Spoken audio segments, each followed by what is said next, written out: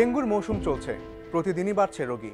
কেউ কেউ বাড়িতে চিকিৎসা নিচ্ছেন, কাউকে যেতে হচ্ছে হাসপাতাল পর্যন্ত। চলতি বছর আক্রান্তের সঙ্গে সঙ্গে বেড়েছে মৃত্যুর সংখ্যাও। জ্বর হোক বা না হোক, অনেকেই হাসপাতালে ছুটছেন ডেঙ্গু পরীক্ষা করতে। অনেকেই চিকিৎসকের পরামর্শ ছাড়া পরীক্ষা করে, ফলাফল দেখে বিভ্রান্ত হচ্ছেন।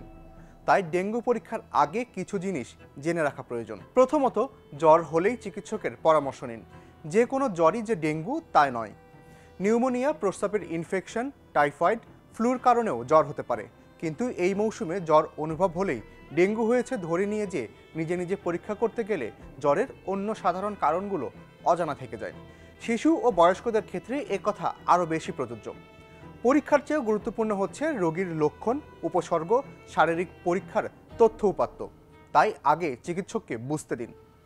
দ্বিতীয়ত, ডেঙ্গু জ্বরের প্রথম দিন থেকে পরবর্তী 10 দিন পর্যন্ত বিভিন্ন পরীক্ষা নিরীক্ষার ফলাফল বিভিন্ন রকম হতে পারে।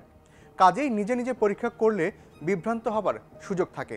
ঠিক কবে প্রথম জ্বর এসেছিল মনে রাখতে হবে, যা চিকিৎসককে সিদ্ধান্ত নিতে সহায়তা করবে।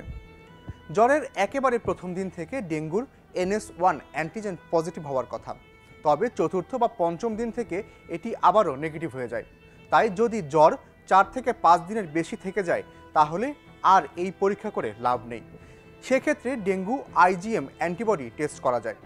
এ সময় এটি পজিটিভ আসবে, আবার 9 থেকে 10 দিনের মাথায় এটিও নেগেটিভ রিপোর্ট আসতে পারে। তখন IgG অ্যান্টিবডি পজিটিভ দেখায়। এই বিষয়গুলো জটিল, তাই কখন কোনটা করতে হবে সেই সিদ্ধান্ত চিকিৎসকের উপর ছেড়ে দিন।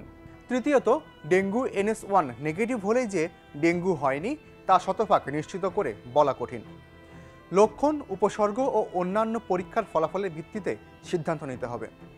চতুর্থত, ডেঙ্গুর অ্যান্টিজেন বা অ্যান্টিবডির সঙ্গে অন্যান্য অনেক পরীক্ষা আছে যা গুরুত্বপূর্ণ, যেমন শ্বেত রক্তকণিকা, হেমাটোক্রিট, অনুচক্রিকা, রক্তের অ্যালবুমিন, যকৃতের এনজাইম, SGPT ইত্যাদি। শুধু অ্যান্টিজেন টেস্ট করালে এসব গুরুত্বপূর্ণ তথ্য অজানাই থেকে যেতে পারে। তাই বলা যেতে পারে, জ্বর হলে বিচলিত না হয়ে চিকিৎসকের কাছে যান, তাদের পরামর্শ মোতাবেক সিদ্ধান্ত নিন, তাদের নির্দেশনা মেনে চলুন, আর অবশ্যই ঘুমানোর সময় মশারি ব্যবহার করুন। বাড়িতে যেন কোথাও পানি জমে না থাকে সেদিকেও লক্ষ্য রাখতে হবে।